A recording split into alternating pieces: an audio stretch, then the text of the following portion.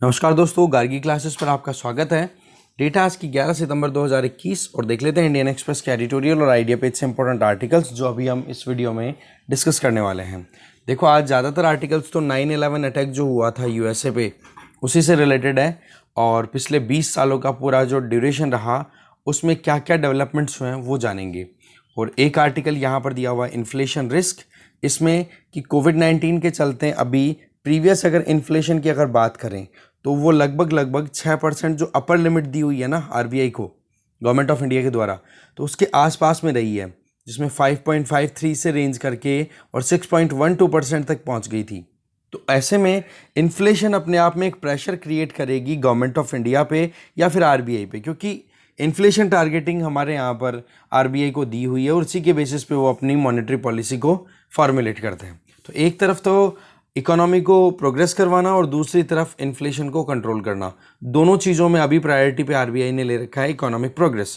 क्योंकि दूसरी तरफ अगर इन्फ्लेशन राइज होती है ना तो फिर मुश्किलें बढ़ जाती हैं। आपको पता ही है श्रीलंका में अभी फूड इमरजेंसी लगी हुई है और उसके पीछे इन्फ्लेशन बहुत बड़ा मुद्दा है। इसके अलावा एक ये है इनडिस्क्रिमिनेट फोर्स।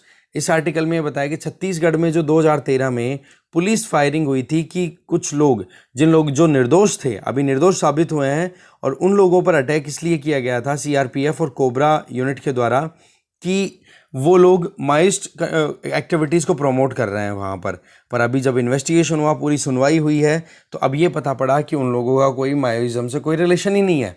ठीक है, वो नक्सलिज्म को प्रमोट ही नहीं कर रहे थे। तो सवाल ये है कि सिक्योरिटी फोर्सेस को आपने यहाँ पर अथॉरिटी दे रखी है, पूरी पावर्स दे रखी है, तो उनको अकाउंटेबल भी बनाना बहुत ज़्यादा ज़रूरी है।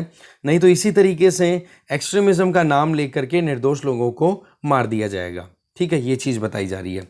बाकी देखो, हम जो आर्टिकल्स डिटेल में देखेंगे वो है एक तो ये ट्रायम्फ ऑफ नेशन स्टेट, कि किस तरीके से ये जो इस्लामिज़म या फिर आप कहें कि इस्लामिज़म की मतलब एक्सट्रीम इस्लामिज़म को यूज़ करते हुए पहले तो रिलीजन का यूज़ किया गया इन नेशन स्टेट्स को डिस्टेबलाइज करने के लिए, फिर उसके बाद में अभी तक भी जो नेशन स्टेट हैं वो रेलेवेंट हुए, इवन ज़्यादा रोबस्ट होकर के निकल के आए। एक तो ये देखेंगे। दूसरा, द इंडिया एडवांटेज, इसमें हम देखेंगे कि पिछले 20 सालों में इंडिया को क्या बेनिफिट रहा, ये जो कुछ भी डेवलपमेंट्स रहे ये जो 9/11 अटैक हुआ उससे। और बाकी जितने भी आर्टिकल्स हैं ना, जैसे नीचे वाला एक तो ये आर्टिकल आ गया अमेरिका डिस्ट्रॉयड अमेरिका, या फिर ये 2 अदर टावर्स दैट फेल, और या फिर द मुस्लिम पॉलिटिकोफोबिया, ये तीनों आर्टिकल्स में छोटा छोटा जस्ट निकाल करके बात करेंगे। ठीक है, तो चलिए देखते हैं डिटेल में हमारे जो आर्टिकल्स हैं उनको। देखो, फर्स्ट आर्टिकल है the Triumph of the nation state. देखो, नेशन स्टेट की जब बात आती है ना तो ये मान के चलो कि ये शुरुआत हो गई थी जब फ्रेंच रेवोल्यूशन आया था और उसके बाद में एक डिमांड बनने लग गई थी कि सरकार ऐसी होनी चाहिए जो कि लोगों के लिए काम करे, रूल ऑफ लॉ होना चाहिए, ह्यूमन राइट्स हैं उनका प्रोटेक्शन होना चाहिए और एक कॉन्स्टिट्यूशनल बेसिस पे पार्लियामेंट्री सिस्टम काम करे, ऐसा कुछ प्रोविज़न। और वहाँ पर जो मेन काम है वो ये, नेशन का मतलब क्या होता है कि एक ऐसा लैंडमास, ऐसी ज़मीन का टुकड़ा जहाँ पर कुछ लोग रहते हों और उन लोगों की खुद की डिस्टिंक्टिव लैंग्वेज हो और खुद की एक कल्चरल आइडेंटिटी हो। तो ये सारी चीज़ें मिलकर के एक नेशन बनती है और नेशन स्टेट, और ये सब मिलकर के अपनी खुद की सरकार बनाए और वो सरकार फिर लोगों के लिए काम करे। तो ऐसे में ये बन जाता है ओवरऑल एक नेशन स्टेट। तो देखो, हमें पता है कि 9/11 सितंबर 11, 2001 की बात है कि जिस तरीके से न्यूयॉर्क और वॉशिंगटन में ये जो अटैक हुआ था, टेरर अटैक, जिसमें ये पॉइंट था कि कैसे भी करके नेशन स्टेट्स को चैलेंज किया जाए। राइट, अब आप देखो कि 9/11 से लेकर के अब तक का जो टाइम है उसमें एक फैक्टर तो निकल के आते हैं जो कि नॉन स्टेट एक्टर्स, टेररिस्ट हैं, और उसमें मेन जो लीडर के तौर पे निकल के आया था उस टाइम पे 9/11 में वो था अल-कायदा, और उसी को लेकर के टारगेट था कि कैसे भी करके जो वर्ल्ड की लोन सुपर पावर, उस टाइम पे यूएसए की हेजेमनी थी, ठीक है, और उस टाइम पे यूएसए को एक तरीके से कहते हैं ना कि उस टाइम जेनिथ पे चल रहा था, यूएसए पीक पे था, और उसको वहाँ से डाउन करना। तो एक तो इकोनॉमिकल ग्लोबलाइजेशन लगातार पेनिट्रेट कर रहा था, इंटरनेशनली सब लोग compete कर रहे थे, सारे कंट्रीज इकोनॉमिकली, एक कहते हैं ना लिबरलाइजेशन का एक माहौल बना हुआ था। इंटरनेट की शुरुआत, या फिर कह सकते हो इंटरनेट जो था वो भी उसी टाइम पर एक तरीके से राइज की तरफ जाने लग गया था। तो उसी को चैलेंज करने के लिए आप देखोगे ये नॉन स्टेट एक्टर्स ने ये वायलेंट वेज थे उनको यूज़ करना शुरू किया। अब देखो ये 2 दशक की बात हो चुकी है और जो नेशन स्टेट्स हैं वो देखो कमज़ोर होने की बजाय, जहाँ पे सरकारें चल रही थी उन सरकारों को कमज़ोर करने की बजाय पिछले 20 सालों में और ज़्यादा रोबस्टनेस मिली है और ज़्यादा उनको स्ट्रेंथ मिली है। इसके अलावा आज देख सकते हो कि जो इंटरनेशनल टेररिज्म है उसको लगातार चैलेंज करने में सक्सेसफुल भी हो पा रही हैं जो अलग अलग सरकारें अलग अलग कंट्रीज़ में। जो जिहादिस्ट होते हैं ना, उनकी जो एम्बिशन थी उसका एकदम एक सिंबल है 9/11 अटैक, और जिसने अमेरिका को डिस्ट्रॉय करने की कोशिश की। उसके बाद में आप देखोगे अरब रिजीम, दैट मीन्स आप इजिप्ट की बात कर लो या फिर सऊदी अरब की बात कर लो, वहाँ पर जो ऑलरेडी चल रहा था रिजीम उसको ओवरथ्रो करने के लिए मुस्लिम ब्रदरहुड ने एक कैंपेन शुरू किया, वो भी फिर वहाँ पे कंट्रोल या सप्रेस कर दिया जाता है। या फिर इजराइल को एकदम से ख़त्म करना, जो अरब इजराइल वॉर था उसमें।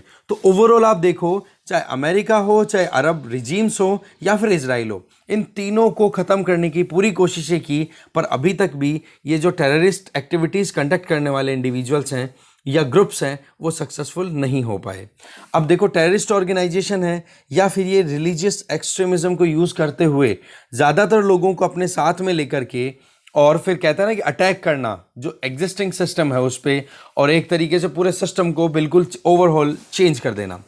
तो इसमें देखो सेक्टेरियन स्किज्म, अब यहाँ पर नेशन स्टेट तो स्ट्रांग रहा, पर सेक्ट मतलब रिलीजन को या फिर कोई भी बिलीफ सिस्टम को फॉलो करने वाले लोगों के बीच में जो अविश्वास है, वो आइडियोलॉजिकल क्लीवेज कि हाँ आप किस बात को मानते हो, किस तरीके की सोच के हो, और दूसरा कोई और किसी सोच का, उसके बीच की गैप, या फिर इंटरनेशनल वॉरफेयर, जिस तरीके से डिस्ट्रक्टिव वॉरफेयर से हमें देखने को मिली कि दोनों साइड्स को लॉस होने लग गए। इससे आप देख सकते हो कि रियल वर्ल्ड में एक रेवोल्यूशनरी माहौल तो बना है। ओके, एक टाइम था जब कम्युनिज्म जो था उसने चैलेंज करना शुरू किया था इस लिबरल सोसाइटी के जो सेगमेंट्स थे उनको, फिर उसके बाद में इस्लामिस्ट वेव है वो निकल के आती है। पर बात यह है कि इन सारे सिचुएशन में अभी भी नेशन स्टेट जो है वो अभी भी इन बैटल्स में रॉबस्ट मैनर में खड़ा हुआ है और लड़ाई कर रहा है। नेशन स्टेट का मतलब सरकारें जो कि डेमोक्रेटिकली इलेक्टेड हुई हैं।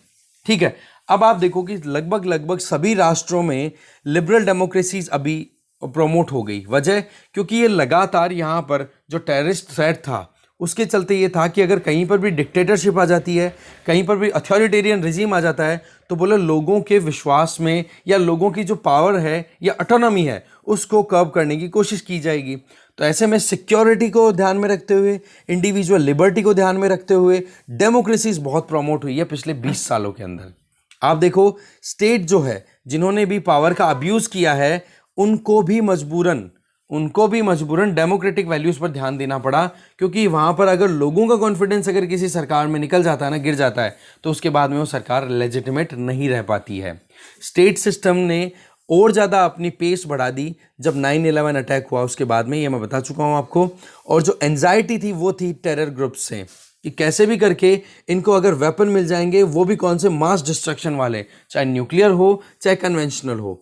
इसके अलावा जो न्यू डिजिटल टेक्नोलॉजीज थी वो भी बहुत हद तक दूर रखनी ज़रूरी थी इन टेररिस्ट ऑर्गेनाइजेशन से, क्योंकि अगर इनके हाथ ये लग जाए तो फिर उसके बाद में आपको पता है ही कि इनका कितना मिसयूज़ हो सकता है कि नहीं। इसके अलावा न्यूक्लियर वेपन है, बहुत हद तक दूर रखे जा पाए, मटीरियल्स को बहुत दूर तक रखने की कोशिशें की, और इसीलिए तो आप देखो ना कि अफ़गानिस्तान में जो रिपब्लिक गवर्नमेंट थी वो इसीलिए इंट्रोड्यूस हुई थी कि कैसे भी करके अगर वहाँ पर रिजीम कोई स्टैब्लिश नहीं होगा अफ़गानिस्तान में, क्योंकि अलकायदा ऑपरेट कर रहा था वहाँ से, तो ऐसे में फिर वहाँ पे अगर रिपब्लिक गवर्नमेंट ना इंस्टॉल होती तो मुश्किलें बढ़ जाती फिर यूएस या फिर जो भी लिबरल डेमोक्रेसीज थी उनके लिए, या फिर जो भी उस टाइम के स्टेट एक्टर्स थे उनके लिए, क्योंकि नॉन स्टेट एक्टर्स जैसे कि हम बात कर रहे हैं अभी टेररिस्ट की, तो ये लोग क्या फिर बाद में पूरी पकड़ बनाने की अपनी तरफ से कोशिश करते। तो स्पेस बिल्कुल, वैक्यूम बिल्कुल भी नहीं छूटना चाहिए था। ठीक है, 9/11 का जो अटैक हुआ था वो आपको पता है कि हाईजैक किए गए थे प्लेन्स को, और वर्ल्ड ट्रेड सेंटर और पेंटागन की बिल्डिंग्स में उनको क्रैश करवा दिया था। तो वैसे तो रिस्की हो गया था, पर यह है कि पिछले 20 सालों के अंदर जितना ट्रांसनेशनल मूवमेंट हुआ है लोगों का, या फिर आप कह सकते हो जितना ये ग्लोबल मार्केट राइज हुआ है ना एयर ट्रांसपोर्ट का, उतना शायद पहले कभी नहीं हुआ था। हाँ, वो बात अलग है कि कोविड-19 के चलते एक बार फिर से ब्रेक लग गए हैं। अब देखो 9/11 अटैक की अगर बात करें तो उसमें वर्ल्ड ट्रेड सेंटर और पेंटागन की बिल्डिंग से क्यों अचीव किए, कोई एक्सीडेंटल नहीं था। ये था कि अमेरिका का जो कैपिटलिज्म का जो एक आइडिया है उसको ख़त्म करना, और अमेरिका अपने आप को मिलिट्री पावर की तरह से एक तरीके से असर्ट कर चुका था कि अमेरिका को कोई चैलेंज ही नहीं कर सकता। तो ये जो एक माहौल बना हुआ था उस माहौल को क्रैश करना चाह रहे थे अलकायदा के लोग। ठीक है, अब आप देखो 20th एनिवर्सरी अभी 9/11 की हो चुकी है आज की बात करें तो। ठीक है, और यूएसए काबुल से रिट्रीट भी कर चुका है, और अलकायदा जो है वो अपने एसोसिएट्स के साथ में बहुत हद तक सक्सीड हुआ है कि जो अमेरिका का यूनिपोलर मूवमेंट है उसको एंड करना। क्योंकि जहां पर एक तरफ अमेरिका जो है वो अपनी यूनिपोलरिटी को कंटिन्यू करने के लिए इराक अफगानिस्तान में इन्वेड कर गया और वहां पर इतने बुरे तरीके से फंस गया कि दूसरी तरफ चाइना की तरफ अमेरिका ध्यान ही नहीं दे पाया, और चाइना जो है एक इकोनॉमिक पावर बनते हुए अब सुपर पावर के तौर पे अपने आप को असर्ट कर रहा है, और वो चैलेंज हो गया अब अमेरिका के लिए। तो ये जो यूनिपोलरिटी का जो माहौल था ना, यूनिपोलरिटी का जो मोमेंट था, वो अमेरिका का अब खत्म हो गया, और उसमें अलकायदा बहुत हद तक सक्सेसफुल रहा है। पर इसके पीछे राइटर जो हैं सी राजा मोहन जी, वो ये बताना चाह रहे हैं कि यूएसए ने ये जो कुछ भी अपना स्पेस खोया है ना, जो अपना एक टर्फ क्रिएट किया हुआ था फील्ड, तो उसके पीछे कोई अलकायदा या तालिबान ही नहीं है। इसके पीछे और भी बहुत सारे मुद्दे हैं जो यूएसए के खुद की बेवकूफ़पंती से हो गया। जिसमें एक तो क्या था कि 2008 में जो फाइनेंशियल क्राइसिस आए थे उसमें वजह क्या थी कि रेकलेस आइडियोलॉजी को बहुत ज़्यादा प्रमोट किया। दैट मीन्स कि जो डीरेगुलेशन का मुद्दा था, आज जैसे हमारे यहाँ पर प्राइवेटाइजेशन को हम प्रमोट कर रहे हैं, तो यहाँ पर कम से कम रेगुलेशन हो, इससे कि प्राइवेट सेक्टर ज़्यादा से ज़्यादा प्रमोट हो, इन्वेस्टमेंट आए। यही चीज़ यूएसए ने अपनी जो आइडियोलॉजी थी, कैपिटलिज्म की जो आइडियोलॉजी थी, उसको वहाँ पर अप्लाई किया था। पता पड़ा कि वहाँ पर जो एक कहते हैं ना कि क्रेडिट बबल बन गया था, और वो बबल इस तरीके से कि एक डॉक्यूमेंट के ऊपर 5 जनों ने बैक टू बैक लोन ले लिए, और जब रिकवरी की बात आई तो वो डॉक्यूमेंट सिर्फ एक प्रॉपर्टी का निकला। तो ऐसे में ये जो लिबरल माहौल था, जो आइडियोलॉजी थी यूएसए की कैपिटलिज्म की, उसको बिना सोचे समझे इंप्लीमेंट करना और वर्ल्ड ओवर इसको प्रमोट करना, ये एक रेकलेसनेस, मतलब बड़ी लापरवाही वाला एक सीन निकल के आया।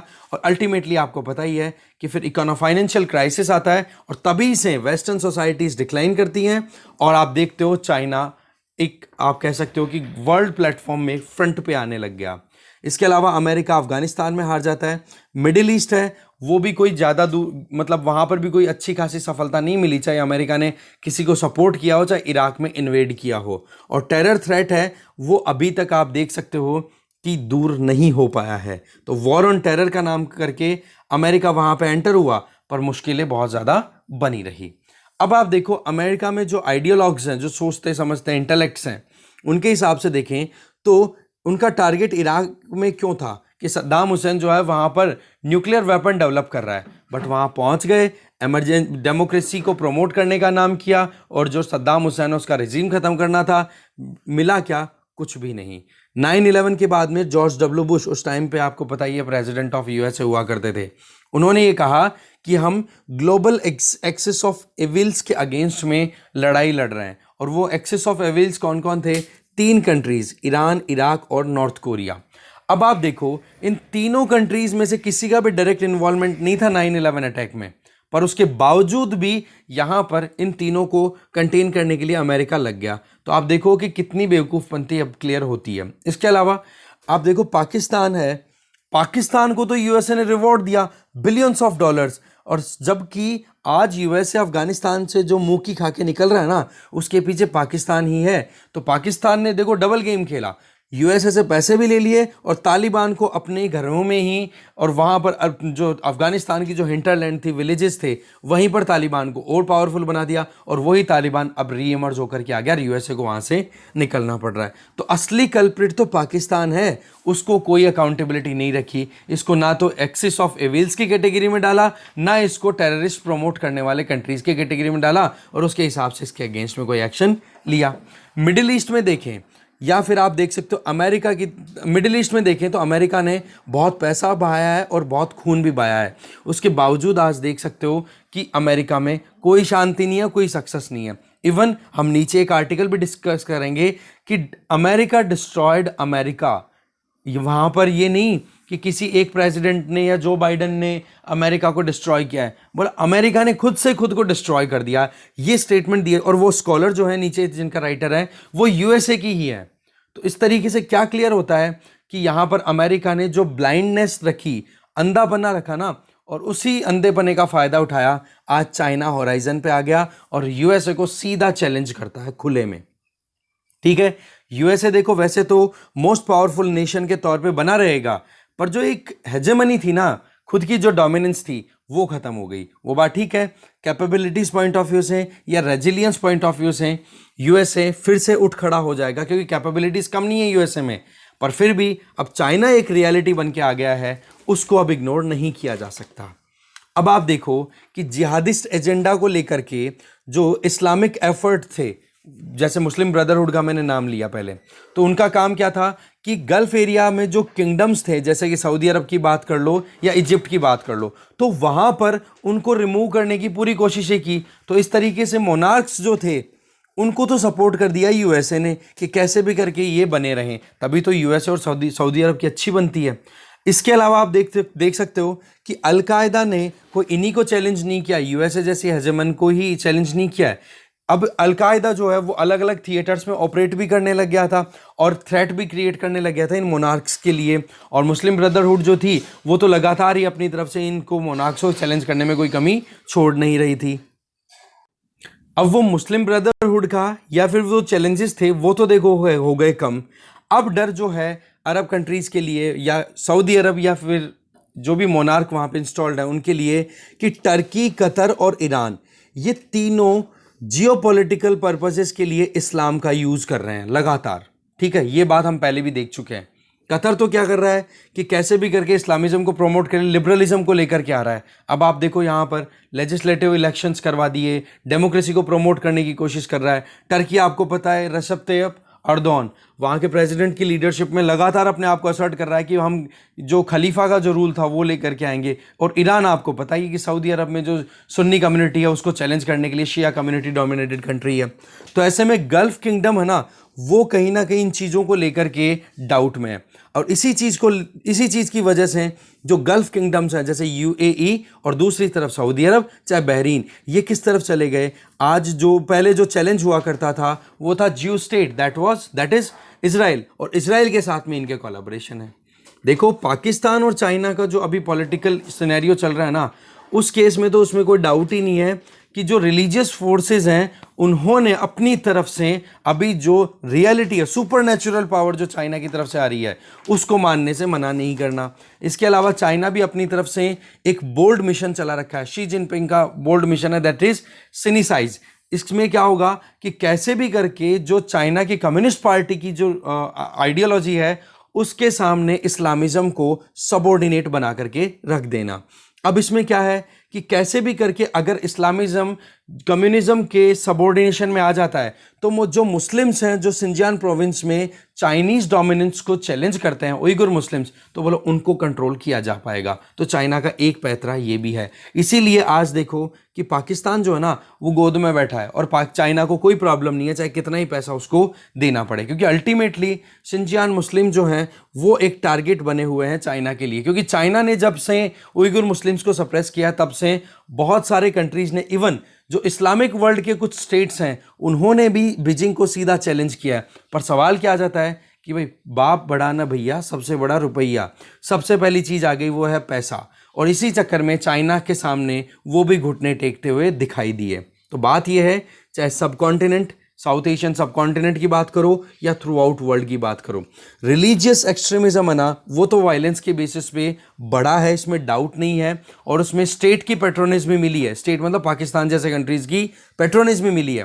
पर इसका आंसर क्या है कि आज तालिबान चाहे आ गया हो, चाहे जिहादी मुद्दों के ऊपर टेररिज्म आप लगातार बढ़ते हुए देख पा रहे हो, पर सवाल यह है कि इसके पीछे जो मेन मुद्दा है that is deep state of Pakistan, और इसको हमें थोड़ा समझने की जरूरत है। हम तो समझ चुके हैं, पर जो जियोपॉलिटिकल कैलकुलस है वो इसी तरफ इशारा करती है। तो ओवरऑल जो इस सिनेरियो में आज जो इतना चेंजेस आ रहा है, इतना कुछ आ रहा है ना, उसके पीछे केवल और केवल पाकिस्तान है, जो हम पहले देख चुके हैं अच्छे से। अब पाकिस्तान के पास में फेस छुपाने के लिए, देखो चाइना को तो अपने खुद के इंटरेस्ट फुलफिल करने हैं, और साथ में इकोनॉमिकली इन सारे कंट्रीज को अपना गुलाम बना करके रखना है, इसमें कोई डाउट नहीं है। दूसरी तरफ पाकिस्तान ये चाहता है कि भाई हमें तो केवल पैसा मिलता रहे, बाकी हम हमारे इंटरेस्ट को फुलफिल करने के लिए कोई प्रॉब्लम नहीं करेंगे। अब एक टाइम ऐसा भी आ सकता है कि जब चाइना अपनी पूरी पावर को यहाँ पे पाकिस्तान पे अप्लाई करने की कोशिश करेगा, तब पाकिस्तान के पास में हो सकता है कि चाइना को कंटेन करने के लिए कोई दूसरे कंट्रीज का कॉम्बिनेशन तैयार हो जाए, और पाकिस्तान वहां पर जाकर के अपनी मतलब अपने दुखड़े रो देगा, और भाई मेरा साथ दो, आप मेरी जमीन का यूज करो चाहे। तो ये तरीका है पाकिस्तान का डीप स्टेट का काम करने का। तो ये पूरा मुद्दा था कि पिछले 20 सालों में क्या माहौल रहा। इसी 20 साल को कंटिन्यू करते हैं नेक्स्ट आर्टिकल में। अब देखेंगे कि पिछले 20 सालों में इंडिया को फायदा क्या हुआ। राजीव मंत्री के द्वारा लिखा हुआ यह आर्टिकल है। देखो पिछले 2 दशकों की अगर बात करें तो, और अब की देखी जाए तो न्यू जियो स्ट्रेटेजिक करंट है, उसकी शुरुआत 9/11 से होनी शुरू हो जाती है। क्योंकि आप देखो 9/11 अटैक हुआ था ना, उसके पहले इंडिया पर भी 2 अटैक पहले हो चुके थे, मतलब इंडिया पर भी 2 अटैक उसके बाद में हुए थे। अब एक तरफ तो पाकिस्तान लगातार अपनी स्पॉन्सरशिप प्रोवाइड कर रहा था टेररिस्ट ऑर्गेनाइजेशंस को, इंडिया अपनी तरफ से इंटरनेशनल प्लेटफॉर्म्स पे बार बार आवाज उठा रहा था कि टेररिज्म है, ये बहुत ज़्यादा सीरियस थ्रेट है इंटरनेशनल कम्युनिटी के लिए, पर वेस्टर्न कंट्रीज ने इसको बिल्कुल इग्नोर कर दिया। पर टाइम बीतता है और वेस्टर्न सोसाइटी में जो मेन लीडर्स थे, यूएस, यूके, इन लोगों ने पहले तो पाकिस्तान को सपोर्ट किया था 1989 में, आपको पता है, यूएसएसआर को वहां से भगाने के लिए कोल्ड वॉर इरा के टाइम पे। पर जब 9/11 अटैक होता है तब समझ में आता है कि वाकई में टेररिज्म अपने आप में एक रियलिटी है। तो 9/11 अटैक होना, फिर उसके बाद में 2011 में ओसामा बिन लादेन को पाकिस्तान में ही मारना, और वो भी कहां पर, एबटाबाद में, जो कि पाकिस्तानी आर्मी के जो ऑफिसर्स की ट्रेनिंग की एकेडमी है, रावलपिंडी, उससे ज्यादा दूर नहीं। तो ओवरऑल बात क्या जाती है, अब यहां पर कंसंट्रेशन वर्ल्ड कम्युनिटी का आने लग गया कि टेररिज्म एक रियलिटी है।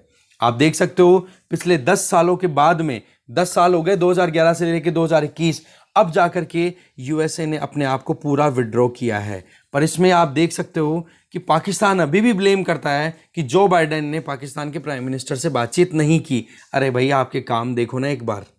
फिर बात आ जाती है पिछले 2 दशकों के अंदर कि इंडिया यूएस रिलेशन, भाई ये जो टेररिस्ट एक्टिविटीज थी, इन्हीं के चलते इंडिया यूएस रिलेशन पीक पे पहुंचते हैं।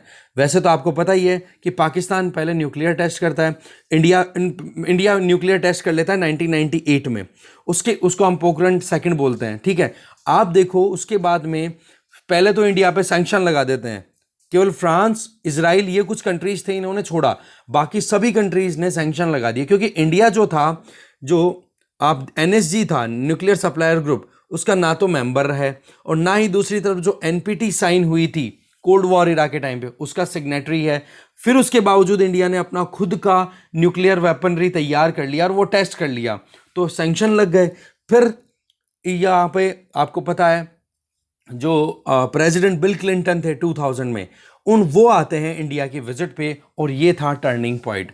और रही सही में फिर 9/11 में अटैक हो जाता है, तो इसने और बूस्ट दे दिया, और इंडिया और यूएस की रिलेशनशिप है वो बहुत ज़्यादा क्लोज होती चली गई, और ज़्यादा वो स्ट्रेंथन होती गई।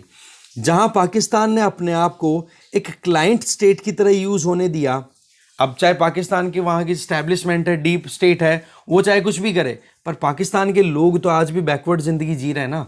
अगर स्टेट की अगर बात की जाए तो स्टेट में तो वहाँ के लोग आएंगे, नेशन की बात की जाए तो वहाँ के लोग आएंगे, ठीक है। तो क्लाइंट स्टेट की तरह यूज़ होने दिया पाकिस्तान ने, मतलब सरकारें आप देखोगे वो चीज़ करने के लिए मजबूर थी, क्योंकि इनके पास पैसा तो था नहीं, लोगों को यहाँ ये अवेयर नहीं करना चाहते, क्योंकि लोग अगर अवेयर होने लग जाएंगे तो सवाल करेंगे सरकार से, और सरकार से अगर सवाल करने लग गए तो फिर सरकार जो अपने खुद के पॉकेट भरती है अच्छे से, वो पॉकेट्स कैसे भर पाएगी। तो पाकिस्तान ने अपने आप को एक क्लाइंट स्टेट की तरह यूज़ होने दिया अमेरिका के लिए, जबकि इंडिया ने एक पार्टनर की तरह रिलेशनशिप अपनी बना करके रखी। जिसमें बहुत सारी ऊंच नीच भी आती है। इंडिया ऐसा नहीं है कि केवल और केवल खैरात के अंदर पैसे मांगता है, बिल्कुल भी नहीं। जबकि पाकिस्तान ने खैरात में पैसे अच्छे से यूज़ किए हैं, पर दूसरी तरफ उसी अमेरिका की कब्र भी खोद दी उसी अफगानिस्तान में। तो पाकिस्तान जैसा कंट्री तो नहीं है इंडिया, हमें पता है। अब इंडिया की बात करें तो टेरर अटैक 9/11 में तो हो गया था वहाँ पे, और 9/11 के बाद में हमारे यहाँ पर भी पार्लियामेंट पे अटैक होता है और कलुचक में भी अटैक होता है, जिसमें 31 लोगों की डेथ हो जाती है। तो जो ये एक मुद्दा था ना, वो ये कि कैसे भी करके अब टेररिज्म को कंट्रोल करने के लिए अब इंडिया और यूएसए के बीच में कन्वर्जेंस आने लग गई थी।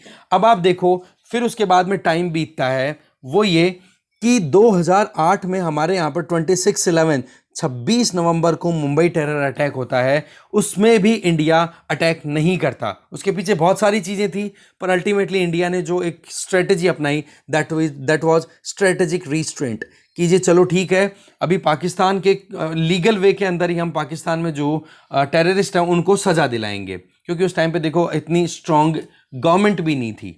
ठीक है, आज जिस तरीके से मेजॉरिटी है एक पर्टिकुलर पार्टी के पास में, तो उन्होंने सीधा एक्शन ले लिया। जैसे 1971 की बात है, जब कांग्रेस के पास में एक पार्टी के पास में डोमिनेंस हुआ करती थी, तो डिसाइसिव मैनर में काम कर दिया और 1971 में बांग्लादेश को लिबरेट करा दिया, है कि नहीं। तो वही चीज़ अभी यहाँ पर थी, पर 2008 का जो अटैक हुआ था उस टाइम पर सिनेरियो कुछ डिफिकल्ट था, सरकार मेजॉरिटी में नहीं थी। अब आप देखो पिछले टाइम की अगर बात करें तो ये जो यूफिज्म है ना, यूफिज्म का मतलब आप समझो कि ये सब्स्टिट्यूट का जो माहौल बना हुआ है ये अब वेस्ट बिन में जा चुका है। और यहाँ पर दो फैक्टर्स है ना, वो अच्छे से इमर्ज होकर के आए हैं पिछले 20 सालों के अंदर। नंबर 1 कि एक रेजोल्यूशन निकल के आया कि नेशनल लीडरशिप है ना, वो अगर आपकी स्ट्रांग हो तो फिर आप अपने आप से कोई भी डिसीजन ले सकते हो, क्योंकि सरकार जब पॉलिटिकली स्टेबल होगी ना तो कोई समस्या नहीं होती है। तो पहली चीज़ तो ये इमर्ज होके आई, क्योंकि आप देखो चाहे सर्जिकल स्ट्राइक करो चाहे एयर स्ट्राइक करो, दोनों चीज़ें क्यों हो पाई, क्योंकि एक स्ट्रांग लीडरशिप है और पॉलिटिकली स्टेबल गवर्नमेंट है। दूसरी, इंडियन इकोनॉमी ने जो अभी हाइट्स गेन की है, ये दो चीज़ों ने बहुत बूस्ट दिया है इंडिया को इंटरनेशनल प्लेटफॉर्म्स पर अपनी बात रखने में भी, और दूसरा इंडिया अपने नेशनल इंटरेस्ट को प्रोटेक्ट करने के लिए किसी भी हद तक जा सकता है। जबकि पहले क्या थी, मनमोहन सिंह जी के सरकार के टाइम पे कोalition गवर्नमेंट थी। मनमोहन सिंह जी के टाइम पे क्यों, अटल बिहारी वाजपेयी जी के टाइम पे जो एनडीए फर्स्ट गवर्नमेंट हुआ करती थी, जो एक्चुअल में एनडीए थी, क्योंकि वहां पर बीजेपी के पास मेजोरिटी नहीं थी, उस टाइम पर भी इंडिया इतने ज़्यादा स्ट्रांग डिसीजन नहीं ले पाता था, है कि नहीं। क्योंकि अभी क्या है, पॉलिटिकली स्टेबल गवर्नमेंट है। तो ऐसे में इंडिया की तरफ से जो मिलिट्री रिस्पॉन्स या डिप्लोमेटिक रिस्पॉन्स है, वो आप देख सकते हो कि क्रॉस बॉर्डर टेररिज्म को बिल्कुल तोड़ने के लिए रेडी है, और इंडिया इस चीज़ के लिए कर भी चुका है। चाहे फिर अब ये अटैक जो है, उरी अटैक हुआ, पुलवामा अटैक हुआ, इसका जो रिस्पॉन्स था वो बिल्कुल डिफरेंट था। 26/11 अटैक मुंबई में हो, या फिर पार्लियामेंट में टेरर अटैक हो, या फिर आप देख सकते हो वो कालूचक वाला जो मैसेक्रे हुआ था वो अटैक देखो। तो दोनों में बहुत डिफरेंस है। उसका फ़र्क क्या है, रिजीम का चेंज होना और इंडियन इकोनॉमी का स्ट्रोंग होना। इसके आगे इंडियन इकोनॉमी में शिफ्ट की अगर बात करें तो ये देखो दो मेन प्राइम मिनिस्टर्स के नाम आएंगे, एक तो पीवी नरसिम्हा राव जी और एक अटल बिहारी वाजपेयी जी। दोनों ने जिस तरीके से इंडिया यूएस रिलेशन को स्ट्रेंथन करने के लिए, अब देखो वो मजबूरियां थी कि हमने एलपीजी पॉलिसी अडॉप्ट की, पर वही बात है कि जब अडॉप्ट कर ही ली और जिन कमियों की वजह से हमने ये क्राइसिस देखा था, बैलेंस ऑफ पेमेंट क्राइसिस, इसी वजह से तो हम पहुंच गए थे आईएमएफ और वर्ल्ड बैंक और ब्रेटन वुड इंस्टीट्यूशन दोनों के दोनों ने इंपोज कर दिया कि आपको अपनी इकोनॉमी में रिफॉर्म्स लाने पड़ेंगे। और वो रिफॉर्म्स की शुरुआत हो जाती है पीवी नरसिम्हा राव जी की सरकार के टाइम पे, फिर अटल बिहारी वाजपेयी जी की सरकार आती है तो वो रिफॉर्म्स कंटिन्यू रहते हैं। फिर उसके बाद में आती है यूपीए फर्स्ट गवर्नमेंट, पर वहां पर प्रॉब्लम क्या हो जाती है कि कम्युनिस्ट पार्टी का रोल रहता है यूपीए की सरकार को कंटिन्यू करने में, और कम्युनिज्म आपको पता ही है कि वो लिबरलाइजेशन की बिल्कुल तारीफ नहीं करते हैं। तो ऐसे में मनमोहन सिंह जी का जो फर्स्ट टेन्योर था यूपीए फर्स्ट, उस टाइम पर ये जो रिफॉर्मेशन का प्रोसेस था ये फिर से रुक जाता है। फिर जब सेकंड टेन्योर आता है तब जाकर के थोड़ा थोड़ा रिफॉर्मेशन की तरफ हम जाने शुरू कर देते हैं। अब आप देखो कि 9/11 का अटैक और ये जो एलपीजी पॉलिसी थी वो अडॉप्ट करना, और इसके अलावा इंडिया और यूएस के बीच में जो न्यूक्लियर डील थी वो 2008 में साइन होना, और जबकि इंडिया एनएसजी का मेंबर भी नहीं था, उसके बावजूद भी जो दूसरे एनएसजी के मेंबर्स थे उन्होंने सपोर्ट किया। आज भी एनएसजी की मेंबरशिप के लिए इंडिया एलिजिबल है, और बनाने के लिए रेडी है, पर एक तो पाकिस्तान, एक तो हो जाता है ये क्या नाम है, चाइना, ये कह के कि जी जब तक पाकिस्तान को आप एनएसजी का मेंबर नहीं बनाओगे हम इंडिया को नहीं बनने देंगे, वो आप वहां पर वीटो कर देता है। तो ऐसे में आप देख सकते हो कि जो पार्टिसिपेशन था ना न्यूक्लियर ट्रेड के अंदर, उसमें एनएसजी के दूसरे मेंबर्स भी अब कोलैबोरेट करते हैं, जैसे कि जापान के साथ में देख लो, कनाडा के साथ में देख लो, हमारे एंगेजमेंट है लगातार। ठीक है, 1990 का टाइम हुआ करता था जब पाकिस्तान की जीडीपी में पर कैपिटा इनकम थी ना, वो $737 हुआ करती थी, जो कि इंडिया और चाइना दोनों की पर कैपिटा जीडीपी से ज्यादा हुआ करती थी। पर आज 3 दशक बीत चुके हैं ना, तो आज पाकिस्तान तो बहुत पीछे रह चुका है, पर चाइना बहुत आगे निकल गया है, इसमें कोई डाउट है नहीं। पाकिस्तान ने इंडिया की पर कैपिटा जीडीपी को टेक ओवर किया था 1965 में। आपको पता है 1965 का वो टर्मोइल का टाइम था, 1962 वॉर हम हार गए थे, 1965 में पाकिस्तान ने अटैक किया था वो, और उसके अलावा जो लगातार फैमीन्स आए थे वो, तभी तो ये क्राइसिस था अपॉर्चुनिटी में कन्वर्ट हुआ और हमारे यहाँ पर ग्रीन रेवोल्यूशन आती है उसी टाइम पे। तो ये सिचुएशन क्या होती है जी कि कैसे भी करके अब पाकिस्तान 1965 में आगे निकल गया, पर 1990 के बाद में जब से हमने रिफॉर्मेशन करने शुरू किए, लिबरलाइजेशन, प्राइवेटाइजेशन, ग्लोबलाइजेशन पे काम करना शुरू किया, तब से अब तक पाकिस्तान को हम बहुत पीछे छोड़ चुके हैं अगर पर कैपिटा इनकम के हिसाब से देखा जाए तो। और आज इंडिया एक डेमोक्रेटिक कंट्री है जहां पर बहुत ज़्यादा इन्वेस्टमेंट जो है या ट्रेड है वो अट्रैक्ट हो रहा है। 2022 का आपको पता है टारगेट लिया हुआ है गवर्नमेंट ऑफ इंडिया का कि हम मर्चेंडाइज एक्सपोर्ट करेंगे $400 बिलियन का 2022 के फाइनेंशियल ईयर में। उसके लिए बहुत ज़्यादा प्रमोशन भी किया जा रहा है। इट मींस हमारे यहाँ पर इन्वेस्टमेंट भी आ रहा है, तो एक्सपोर्ट को भी प्रमोट करने के लिए गवर्नमेंट पीछे नहीं हट रही है। दैट मीन्स इकोनॉमिकली इंडिया कितना स्ट्रांग हो चुका है। ये शुरुआत होती है लिबरलाइजेशन की 1991 में। यूपीए को जो फर्स्ट टेन्योर था ये मैं बता चुका हूँ आपको, क्योंकि कम्युनिस्ट पार्टी का थोड़ा होल्ड था, इस वजह से ये जो प्राइवेटाइजेशन का या फिर लिबरलाइजेशन का जो स्कोप था वो थोड़ा रुक गया। अब कंपेयर करें चाइना की और इंडिया की जीडीपी में, तो देखो चाइनीज जीडीपी में तो पर कैपिटा इनकम आप देखोगे तो $8,242 यूएस डॉलर है, जबकि इंडिया में हम रह गए हैं $2,152 यूएस डॉलर पे। तो चाइना और इंडिया के कंपैरिजन में चाइना बहुत आगे निकल गया, जबकि दूसरी तरफ आप देखो पाकिस्तान जो है वो बहुत ही पीछे रह चुका है। इवन बांग्लादेश जो कि 1971 में पाकिस्तान से अलग होकर के लिबरेट हुआ था, वहां पर कैपिटा इनकम है ना, वो अब इंडिया को चैलेंज कर रही है सीधा। तो पिछले 2 दशक की अगर बात करें ना, तो देखो यूनिपोलैरिटी जो यूएसए की थी उसको तो देखो अब चाइना चैलेंज करने में पीछे नहीं हटेगा, पर फिर भी यूएसए अपनी पावर को बिल्कुल खत्म नहीं होने देगा, क्योंकि अभी भी कैपेबिलिटीज बहुत ज़्यादा है। इंडिया की अगर बात करें तो हमने भी बहुत सारे रिफॉर्म्स लिए हैं, बहुत सारे पॉलिसीज चेंज किए हैं। आज मैन्युफैक्चरिंग पॉइंट ऑफ व्यू से देखें या इकोनॉमिक आउटपुट देखें तो इंडिया पीछे नहीं है। पर पाकिस्तान है वो पहले तो क्लाइंट स्टेट हुआ करता था यूएसए का, अब क्लाइंट स्टेट बन गया चाइना का। ठीक है, 9/11 के बाद में बहुत सारे रेडिकल शिफ्ट देखने को मिले हैं जियोपॉलिटिक्स में और वर्ल्ड इकोनॉमी में। ठीक है, आने वाले दशक, 1 दशक की अगर बात करें तो इसमें इंडिया बहुत ही इंपॉर्टेंट रोल प्ले करेगा वर्ल्ड अफेयर्स में, सेंटर स्टेज पे होगा, बिल्कुल इंपॉर्टेंट। कल ही देखा हमने जर्मनी ने क्या कहा, बोला इंडिया को साइड में करके आप कोई भी काम करो तो वो पॉसिबल नहीं हो सकता। तो इंडिया और जर्मनी दोनों मिलकर के क्लाइमेट चेंज जैसे क्राइसिस, कोविड-19 जैसे क्राइसिस, या एग्रीकल्चर में जो टेक्नोलॉजिकल एडवांसमेंट है उसको यूज करना, रिन्यूएबल एनर्जी में सपोर्ट देना, वहां पर जर्मनी और इंडिया कोलैबोरेट कर सकते हैं। वो जर्मनी जिसने ह्यूमन राइट्स क्राइसिस की बात, ह्यूमन राइट्स के वायलेशन का नाम लेकर के, या फिर आप देखो डेमोक्रेटिक वैल्यूज का नाम लेकर के इंडिया को हमेशा क्वेश्चन में रखा है, पर वो ही सपोर्ट करने की बात करता है। तो इस तरीके से लिबरलाइजेशन कोई नेसेसरी तो नहीं है कि हाँ जी करना ही पड़ेगा, पर यह है करना ही पड़ेगा जिससे कि गरीबी हट सके। पर आज ये इंपॉर्टेंट है कि नेशनल सिक्योरिटी के लिबरलाइजेशन बहुत ज़्यादा ज़रूरी है, क्योंकि जब तक आप लिबरल नहीं होगे तब तक आप दूसरे कंट्रीज़ के साथ एंगेज नहीं करोगे, और दूसरे कंट्रीज़ के साथ में जब तक आपकी एंगेजमेंट नहीं होगी तब तक आप स्ट्रेटेजिक डेटरेंस नहीं क्रिएट कर पाओगे। नहीं तो चाइना मन में आएगा तब हमें आंख दिखा सकता है। तो ये था इंडिया पिछले 20 सालों के अंदर। आगे चलते हैं। नेक्स्ट देखो article, that is about America destroyed America. यह आर्टिकल लिख रही है सी क्रिस्टियन फेयर। देखो इनका ये कहना है कि 9/11 अटैक जब से हुआ है ना, तब से अभी तक का जो सिनेरियो चेंज हुआ है वो अगर मैं बताऊं तो सीधा सीधा एक तो ये कि टेररिस्ट अटैक्स को रोकने के लिए अमेरिका ने सर्विलियंस पावर्स हैं वो अपने हाथ में रख ली। दैट मीन्स सरकार ने हर एक चीज़ में नज़रें गड़ा कर देखना शुरू कर दिया, और ये चीज़ जो है वो कहीं ना कहीं अमेरिकन की जो लिबर्टी थी, प्रिवेसी थी, उसको कॉम्प्रोमाइज़ करने में कोई कमी नहीं छोड़ रही थी। आप देखो कि 9/11 के बाद में बोले एक पैट्रियोट अटैक एक्ट लाया गया था। अटैक क्या, द पैट्रियोट एक्ट लाया गया था अक्टूबर 2001 में, और उसमें यही था कि अमेरिकन गवर्नमेंट जो है वो सर्विलियंस करेगी। अब आप देखो कि एक तरफ तो लिबरल सोसाइटी जहां पर आप राइट्स की बात करते हो, और दूसरी तरफ वहीं पर वो फंडामेंटल राइट्स हैं वो कॉम्प्रोमाइज हो गए। तो अमेरिका ने अमेरिका को डिस्ट्रॉय किया कि नहीं। इसके अलावा 2 जेलें, एक तो है ग्वेंटेनेमो और एक है बेग्राम।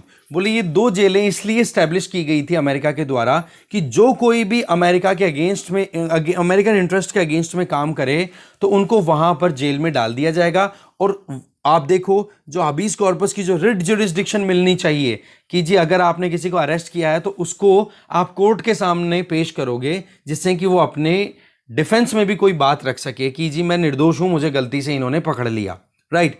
तो वो भी वहां पर अवेलेबल नहीं होता। और उसमें आप देखो बुश एडमिनिस्ट्रेशन ने एक टेक्निक शुरू की जिसका नाम था एनहेंस्ड इंटेरोगेशन टेक्निक, जिसमें बहुत ही ज़्यादा बुरे तरीके से टॉर्चर किया जाता था लोगों को। तो आप देखो जो एक फिजिकल ऑटोनॉमी होती है इंडिविजुअल्स के पास में, वो चीज़ वो भी ख़त्म होने लग गई। तो अमेरिका ने अमेरिका को डिस्ट्रॉय किया कि नहीं। इसके अलावा वॉर ऑन टेरर नाम से अमेरिका ने वहां पर शुरुआत की, एंट्री की अफगानिस्तान में, और फिर बाद में इराक में भी एंट्री कर ली। पर यह बात यहां पर बोली जा रही है कि ये कुछ फासिस्टिक अप्रोच नहीं है जिसमें कि केवल सरकार अपनी बात मनाने के लिए लोगों को फांसी के फंदे तक चढ़ा दे, या एक तरीके से हेट फिल्ड जेनोफोबिया जिसमें एक इंसान को इंसान से डर लगना शुरू हो जाए। एक तरीके से ये पूरी दोनों फासिस्ट आइडियोलॉजी और इस जेनोफोबिया ने मिलकर के अमेरिका की पॉलिटिक्स को डिस्ट्रॉय कर दिया। और रिपब्लिक पार्टी जिसके डोनाल्ड ट्रंप भी थे, जिसके जॉर्ज डब्ल्यू बुश थे, उन्होंने क्या करना शुरू कर दिया कि लोगों के मन में डर बैठाना और डर के बेसिस पे वोट लेना, वोट बैंक का यूज करना शुरू किया।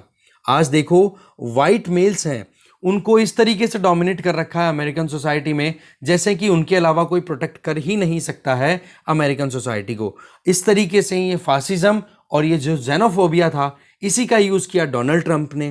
पर सवाल ये है कि जो बाइडन के ऊपर ब्लेम लगाया जाता है कि जी अमेरिका को डिस्ट्रॉय कर दिया जो बाइडन ने, कि अचानक से विड्रॉ कर लिया। पर सवाल जो बाइडन नहीं है, सवाल आंसर इसका ये है कि अमेरिका को डिस्ट्रॉय अमेरिका ने ही किया है, क्योंकि वहाँ के लोगों ने जो सरकार बनाई, क्योंकि सरकार क्या है, डेमोक्रेटिक गवर्नमेंट है ना, वोट कौन देता है, लोग देते हैं। तो अमेरिकन्स ने ही अमेरिका को डिस्ट्रॉय किया है, अमेरिका ने ही अमेरिका को डिस्ट्रॉय किया है, ये कहा जा रहा है राइटर के द्वारा। तो पिछले 20 सालों में एक ये चीज निकल के आ रही है। आगे चलते हैं, अब बात करते हैं इंडिया में कम्युनलिज्म को लेकर के, क्योंकि कम्युनलिज्म जीएस पेपर 1 में टॉपिक है ना। आपने अगर सिलेबस नहीं देखा तो प्लीज सिलेबस देख लो। टेलीग्राम का चैनल के लिंक डिस्क्रिप्शन बॉक्स में गिवन है, और सर्च कर लेना यूपीएससी मेंस सिलेबस, और वहाँ पर वो पीडीएफ शेयर की हुई है मेरी, वो डाउनलोड करके और सिलेबस को डेली देखा करो, जिससे आपको पता पड़ जाए कि टॉपिक कौन सा किससे लिंक होगा, ठीक है। और आपको ये पता पड़ जाएगा कि एक टॉपिक है उसके बारे में 15-20 आर्टिकल आ रहा है, बैक टू बैक आ रहे हैं, पर वही चीज़ है कि आपने उस टॉपिक को बहुत हद तक कवर कर लिया। जैसे कल एक कमेंट था कि सर आपने तालिबान वाला आर्टिकल क्यों इग्नोर किया। अरे भाई ऑलरेडी कोई 10-15 आर्टिकल्स डिस्कस कर चुके हैं, अब ज़्यादा कंटेंट एक के ऊपर तो पीएचडी कर लोगे और बाकी टॉपिक्स बच जाएंगे। ऐसे यूपीएससी में सिलेक्शन नहीं होता है, आपको कवरेज तो पूरा लेना पड़ेगा, पर उसमें एक एडिक्वेट लेवल तक का डीप नॉलेज आपको होना भी चाहिए, ठीक है ना। तो खैर अब बात कर लेते हैं कम्युनलिज्म का मुद्दा, कि पिछले 20 सालों में जो मुस्लिम पॉलिटिकोफोबिया, अब वहां पे तो हमने क्या बात की थी, जेनोफोबिया, जिसमें एक इंसान को इंसान से डर लगे। इंडिया में इस्लामिक पॉलिटिकोफोबिया, कि इंडियन पॉलिटिक्स में इस्लामिज्म को इस तरीके से इम्पोज किया गया कि जो वेस्ट, ये जो रेडिकल या फिर एक्सट्रीम इस्लामिक इवेंट्स होते हैं, बोलो उनका असर इस्लामिज्म पे पूरा देखने को मिलता है। और इसी का चक्कर ये है कि आज इस्लामिज्म के ऊपर जो है एक डिवीज़न देखने को मिलता है, ठीक है। इस्लामिक टेररिज्म, जिहाद इस्लाम, इस तरीके के नाम लिए जाते हैं, शरिया रूल। बोले इनसे क्या होता है कि आप इस्लाम को ही सीधा एक तरीके से इम्पोज करना शुरू कर देते हो कि जी इनको तो केवल और केवल हथियार उठा करके आना है। और अल्टीमेटली होता क्या रिजल्ट, कि जो मुस्लिम्स हैं उनका आइसोलेशन होना शुरू हो जाता है, और जो सेपरेटिज्म है उनके बीच में, या कह सकते हैं ना कि एक एलिविएशन है वो ऑटोमेटिकली आना लग जाता है, एलिनिएशन, एलिविएशन नहीं एलिनिएशन, कि वो दूर से अलगाववाद पे आना शुरू हो जाते हैं। ठीक है, तो इसको मुस्लिम पॉलिटिकोफोबिया इसलिए बोला है कि पॉलिटिक्स में इस्लाम का ये जो 9/11 अटैक के बाद में जो माहौल बना है कि इस्लामिज्म जो है वो बिल्कुल ही एक तरीके से वायलेंट एटीट्यूड के साथ में काम करता है, पीस की इस रिलीजन में कोई मतलब ही नहीं है। तो वही चीज़ बोला है इंडियन इस्लामिज्म को फॉलो करने वाले हैं उन पर भी अप्लाई कर दिया, मतलब ग्लोबल इस्लामिक टेररिज्म का influence as it is Indian Muslim identity पर भी डालना शुरू कर दिया। तो पिछले 20 सालों के अंदर एक ये डेवलपमेंट भी है। साथ में ये कहा जाता है कि इंडिया के 2 प्राइम मिनिस्टर्स के स्टेटमेंट यहाँ पे बताते हैं। 2002 में अटल बिहारी वाजपेयी जी थे, क्योंकि उस टाइम पे मैंने अभी आपने प्रीवियस 2 आर्टिकल्स हमने देखे, क्या हुआ था उस टाइम पे कि इंडिया में पार्लियामेंट पे अटैक हो चुका, पार्लियामेंट वाला अटैक था, या फिर 9/11 अटैक तो हो ही गया था देखो।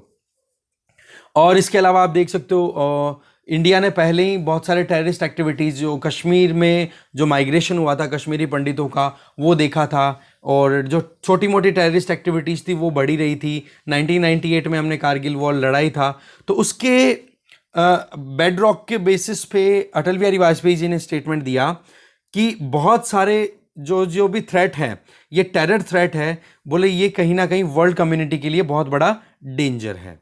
ठीक है, अब उन्होंने, आप देख सकते हो कि आर्ग्यूमेंट इस पॉइंट ऑफ व्यू से दिखा।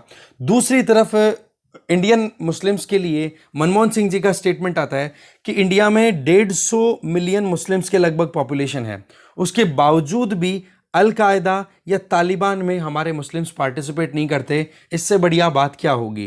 पर अब तो रियलिटी बिगड़ चुकी है।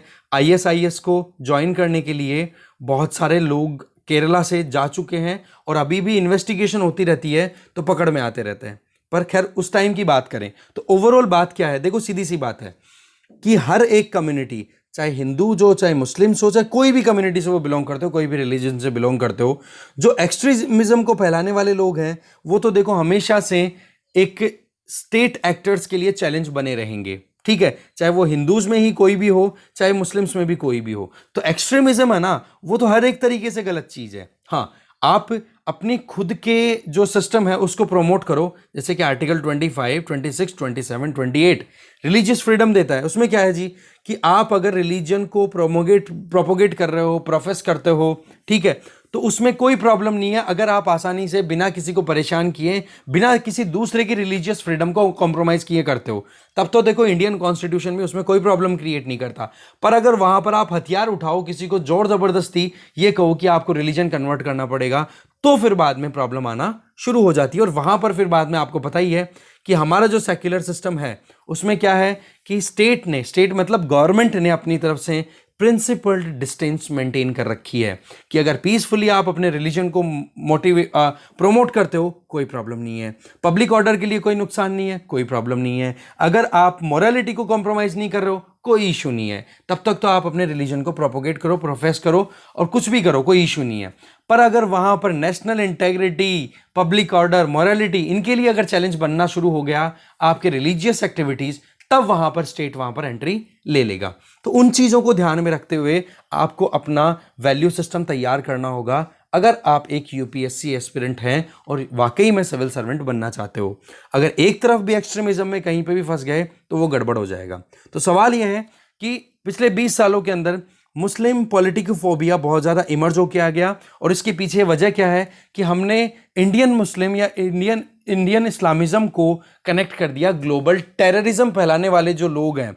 अब देखो आप एक बार टाइगर जिंदा है मूवी, उसमें क्या बताता है वो लास्ट में, जो टेररिस्ट एक्टिविटीज़ को करने वाला बंदा होता है, उसने क्या बोला कि भाई ये तो धंधा है हमारा, हम लोग नहीं करेंगे तो फिर खाएंगे क्या, और हमारी रेलेवेंस कैसे बनी रहेगी। तो वो वाली बात आ जाती है। अब अफगानिस्तान में आप देखो कौन है, वहां पर मुस्लिम डोमिनेटेड कम्युनिटी है सारी की सारी, और तालिबान में कौन है, मुस्लिम कम्युनिटी के लोग हैं।